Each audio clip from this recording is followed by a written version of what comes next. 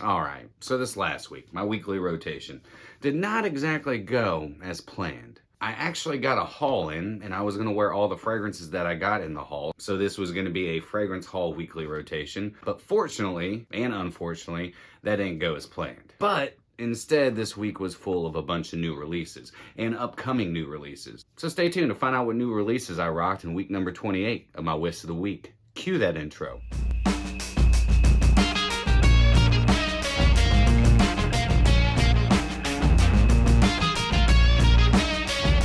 What's going on, my beautiful fragrance family, and happy Monday after the Super Bowl, which, in my opinion, I think should be a national holiday.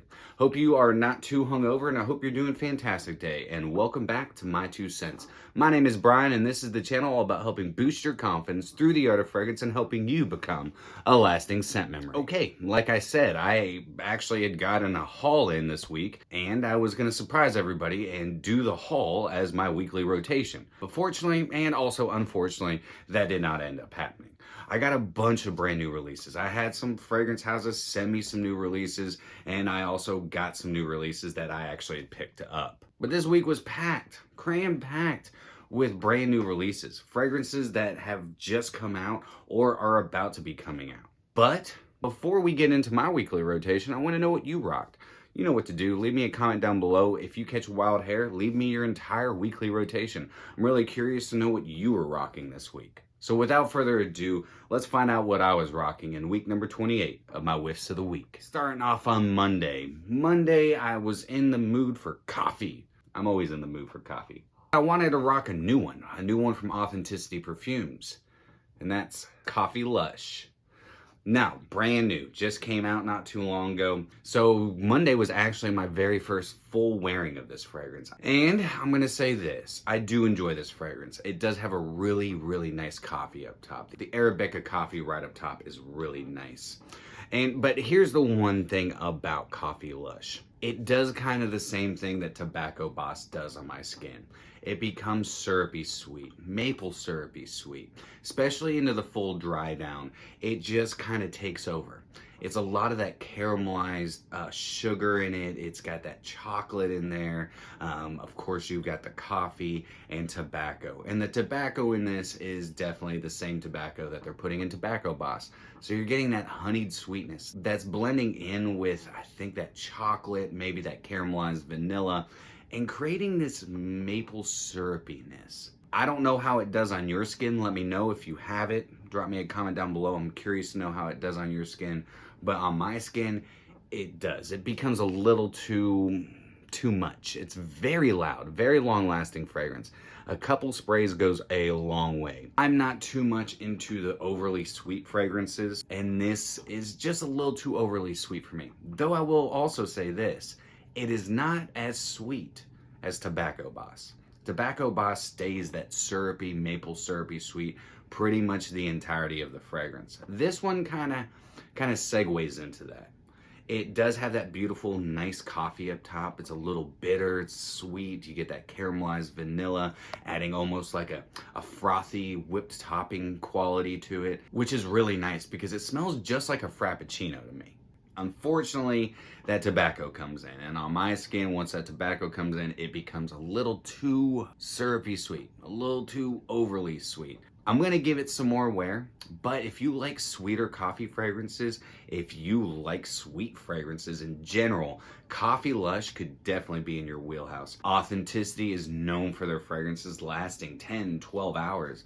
And Coffee Lush, on my skin, does exactly that. So all day Monday, I was rocking Authenticity Perfumes, Coffee Lush. All right, Tuesday is when I was gonna start my haul, okay? I got 5 fragrances in. I figured I could sneak them in through the middle of the week. And I picked up one fragrance that is gonna be part of my YouTubers Made Me Do It series. And I'm gonna let you guess which YouTuber it's gonna be. But I decided to go with Lolita Lempicka, Green Lover. Now, Lolita Lempicka Green Lover, I've had a lot of subscribers telling me, hey, you need to get your nose on this fragrance. If you like gourmands, if you like vanilla, if you like green fragrances, then Lolita Lempicka is definitely a great fragrance for you. And they're right, I'm gonna be honest, this surprised the crap out of me. I'm not gonna say too much about it, all right? But I will say this The name does not make a lot of sense. Though this has green characteristics to it, all right? It has some juniper. I think it's got a little clary sage in there as well. That's giving its green florality, all right? You're getting like some stemminess, you're getting some leafy vibes, a little bit of a like fresh cut grass in there, but it's really based around vanilla. This should really be called Vanilla Lover because it's got this beautiful creamy vanilla in it. And I really love the vanilla in this, but the green aspects are a little fleeting. But that's all I'm gonna say because there's a YouTuber out there. I'm coming for ya. You know who you are. I was smelling great that day. Smelling great. Rocking. Lolita Lempica. Green Lover. All right, so moving on to Wednesday. Now Wednesday I knew I was gonna be getting some packages in. I didn't know what I was going to be getting, but I knew I was going to get some packages in. So I was like, you know what? Scrap that idea. All right. My weekly rotation is not going to be my fragrance haul. I said, screw it. And I went with a fragrance that is also a upcoming new release, and you can get your pre-orders in now. And also you can use my 10% off discount code, which is in my description. And it's Argos, Pallas Athene. All right. I got to say this about Pallas Athene. I think this one truly is become my new favorite. This and Triumph of Bacchus. Look, I love Danae. I think Danae is incredible. I love the patchouli. I love the woodiness. I love the spiciness. But I'm a sucker for really well put together Chypre floral aromatic fragrances. This right here is a modernized Chypre, in my opinion. You start out with some grapefruit, some red berries. You get this beautiful fruitiness and these beautiful florals. So you're getting hyacinth, you're getting rose petal. I mean, this is so freaking good. I love the candied sweetness you get up top because all those florals, that and peony, rose petals, hyacinth, and peony, all those mixed together add this beautiful creamy sweetness to it. And those blended with those red berries, that grapefruit, really create this beautiful Chypre candied opening. And that lasts for some time. And then you sink further into the florals. Those aromatics really pop off. You get some beautiful musks, you get some vetiver, you get some patchouli. I mean, this thing is gorgeous, in my opinion. Gorgeous. The sandalwood, as it dries down, adds a beautiful creaminess. And Christian uses a beautiful Mysore sandalwood. Pallas Athene is fantastic. Very unisex. Leans a little more feminine. But in my opinion, that does not matter. This is a very confident man's type of fragrance. This is a suited up type of fragrance. I would not wear this casually. I think this is beautifully put together. This is gorgeous. It is phenomenal. If you like floral fragrances, if you're a man who can wear pink, if you're a man who loves to rock roses, then Pallas Athene, man, you gotta check this one out. As I said in the description down below, I have a 10% off discount code. Pre-orders are going on right now. I don't think it ships out until March, but in my opinion, 100% worth a whiff and sniff. All right, so now we're on to Thursday, and Thursday I got a brand new release that was actually released that day, but I was able to purchase my fragrance and get it the day that it was released. And it comes from Suga Parfums, and it's Strawberry Seduction. Now, Suga Parfums. Now, James Berry, who is the owner of the Perfumer, he's a self-taught perfumer, is an incredible guy. He started Suga during the pandemic, and man, he has been putting out some really unique, creative, artistic, and beautiful juice. And Strawberry Seduction is basically his Valentine's release. Now, I'm not going to say too much about this because I have my full review coming out tomorrow on this bad boy. Strawberry Seduction is very suitably named. This is an all-natural perfume, all right? And when people say, you know, people out there are like, oh, all-natural fragrances, they don't last, they don't perform. This I get really good performance out of. Not a huge projector, but if you want to know more about it, then stay tuned because tomorrow I will have my full review out. But all day on Thursday, I was smelling stupid seductive, rockin' Strawberry Seduction from Suga Parfums. So the con folks over at Roja, they reached out to me and they asked me my address and yada, yada, yada. I didn't know what to expect. And then this showed up and they sent me the new Oligarch Parfum. I have not smelled the eau de parfum, all right? I think this is a beautiful fragrance. I think it's perfect for the upcoming spring months. I think it's going to be great in the summer. I think it'll do really well in the fall as well. Not so much in the winter. This is very fresh. It's rich, okay? The citrus isn't super bright up top, but it's beautifully rich and it's sweet.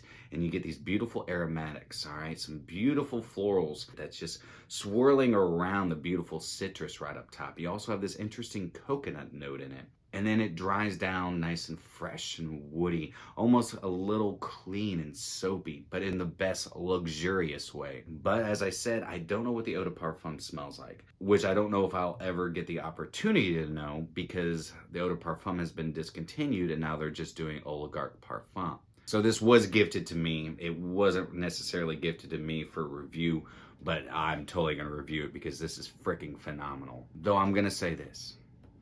It does kind of remind me of a Midsummer Dream, which if you know, is one of my favorites. So does Midsummer Dream have some competition now? Is this gonna knock a Midsummer Dream off my niche fragrances that I'm loving this year list? Stay tuned to find out. But all day that day, I was smelling like a classy son of a bitch, rocking Roja Parfums, Oligarch Parfum. So Saturday, an amazing day. One of the best days that I've had in so freaking long. Why? Because I had the privilege and the honor of having Terence Hughes, the man, the myth, the legend, live on my channel. We went over some new releases, some upcoming new releases. We went over the new Legend of Maverick. If you missed out on that, I'll leave a card right here. Go check that live out. It was incredible. I kept it under 2 hours. I know. Your mind's probably like freaking gushing out your ears right now because you're like, under 2 hours? Yeah, right. You're a talker, Brian. I am. And just like I'm doing right now, I'm not talking about the fragrance. Anyways, but the fragrance that I rocked on Saturday was the new one that's coming out in April. And it's Terence Hughes and it's Guapo. Guys, if you're an Terence Hughes fan, first of all, go check out that video, all right? I'm also going to leave it at the end screen so you can finish out this episode, so it'll be there for you as well. Y'all are in for a hell of a ride, all right? Guapo, in my opinion, is his most mass-appealing fragrance he's ever created.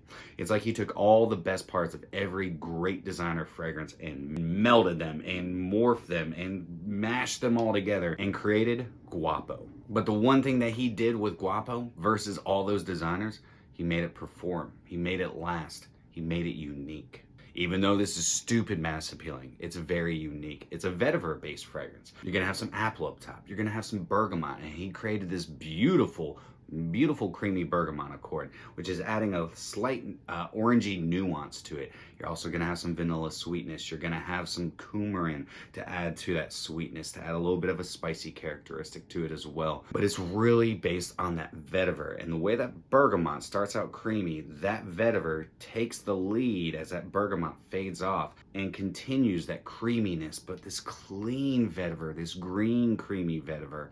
It's beautiful. Guapo will not be released until April. I don't have a date for you yet, but I will keep you updated, just like I always do.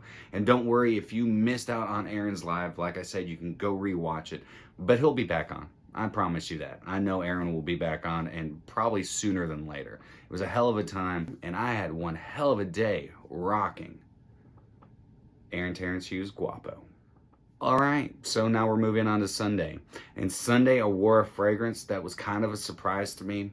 Emily from Shelter and Perfume was kind enough to send me this new collaboration with her and City Rhythm, with Shelter and Perfume and City Rhythm fragrances, and this is Heart Spark.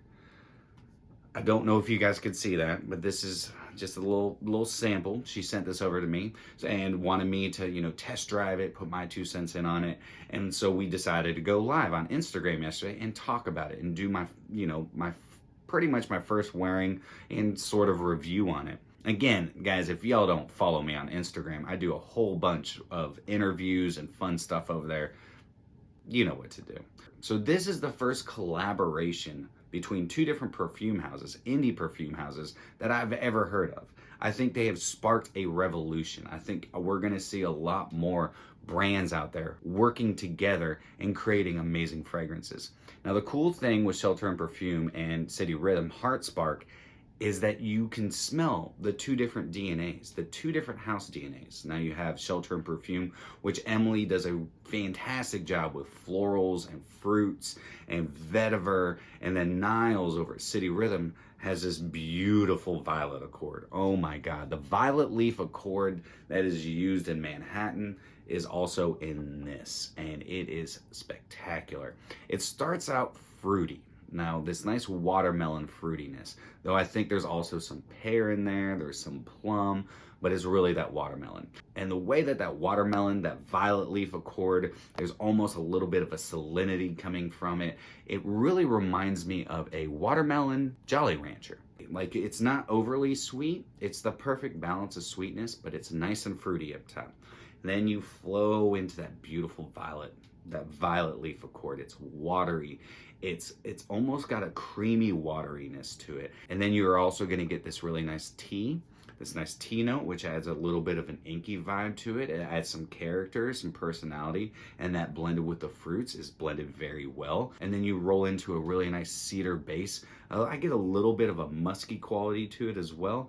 But man, I'm gonna tell you what, this is a fantastic fragrance. You can go over to Shelter and Perfume or City Rhythm, I believe, and you can get yourself samples of this right now. They have not yet announced the release of this fragrance because they're still waiting on their bottles to come in. Boxes are ready, juice is ready, just waiting on bottles. So as soon as they do, you'll be able to pick this up.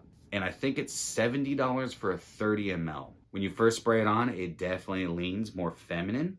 It's that fruity sweetness with those nice florals, and then the masculine notes come rolling in, and that's gonna be that violet leaf, the tea, the cedar, the nice resinous base notes. I honestly think this is a work of art because you're taking two brands, two minds, you're putting them together to work as one. I'm gonna go ahead and say this now, but I think this is going to spark a revolution in the perfume industry, at least in the indie perfume industry. I'd love to see more houses working together because that's what we're here on earth to do, guys. If you want to know more about that, then definitely go check out my Instagram and check out my interview with Niles from City Rhythm and Emily from Shelter and Perfume.